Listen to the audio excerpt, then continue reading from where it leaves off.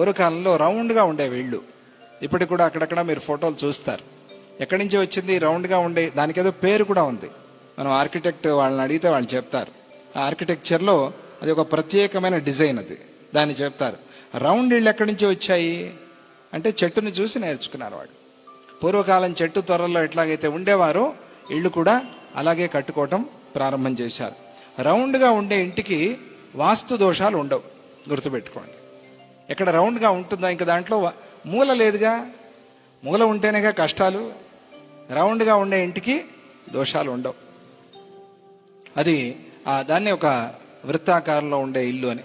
ఇంకా అక్కడ స్వస్తికాలు చూసుకోవాల్సిన పనేం లేదు. పూర్వకాలంలో అట్లా వాళ్ళు నిర్మాణం చేసుకునేవారు. రామాయణంలో లక్ష్మణస్వామి కూడా సీతారాములకి ఇల్లు అలాగే నిర్మాణం చేశారు. ఆయన పద్మ పద్ధతి, స్వస్తిక పద్ధతి, వృత్తాకారం ఇవన్నీ కూడా తెలిసినవాడు లక్ష్మణస్వామి.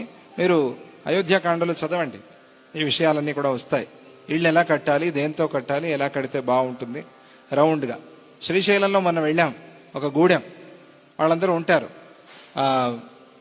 ఇక్కడ అడవి ప్రాంతంలో ఉండేవాడు ట్రైబ్స్. ఆ ట్రైబ్స్ ఉండే ఇళ్ళు చూస్తే ఆశ్చర్యపోతారు మీరు.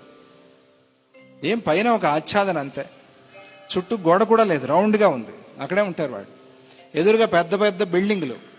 ఏమా మీరు బిల్డింగ్లు కట్టుకోవాలనిపించదా మీకు అంటే, గవర్నమెంట్ వాళ్ళు అడిగారు ఇవన్నీ తీసేసి మీకు వేరే చోట ఇల్లు కట్టిస్తామని, మాకొద్దు, మేము ఇక్కడే బాగున్నామని చెప్పాము అంటున్నారు వాళ్ళు.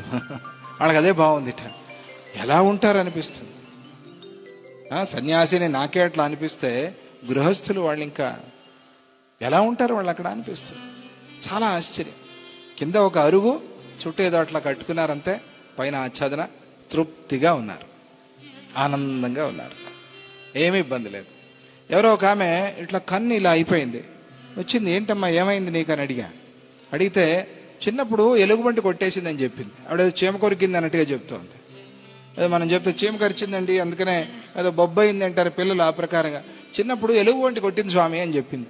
అంటే ఎలుగుబంటి అయినా ఇక్కడే ఉన్నామమ్మా, అయినా ఇక్కడే ఉన్నానే, ఏం భయం లేదు వాళ్ళకి, తృప్తిగా ఉన్నారు, ఆనందంగా ఉన్నారు. అట్లా కూడా మనం ఈ కాలంలో చూస్తూ ఉన్నాం. శివయ్య మహిమ, శివయ్య సన్నిధిలో వాళ్ళంతా శ్రీశైలంలో అట్లా ఉంటున్నారంటే